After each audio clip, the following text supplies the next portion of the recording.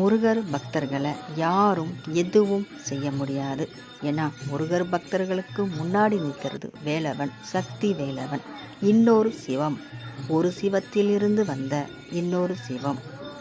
யார் கெடுதல் நமக்கு செய்யணும்னாலும் அது முருகரை தாண்டித்தான் நமக்கு செய்ய முடியும். அந்த கெடுதல் செய்யணும்னு வரவங்களுக்கு முருகனே பதில் சொல்லி அனுப்பிடுவார்.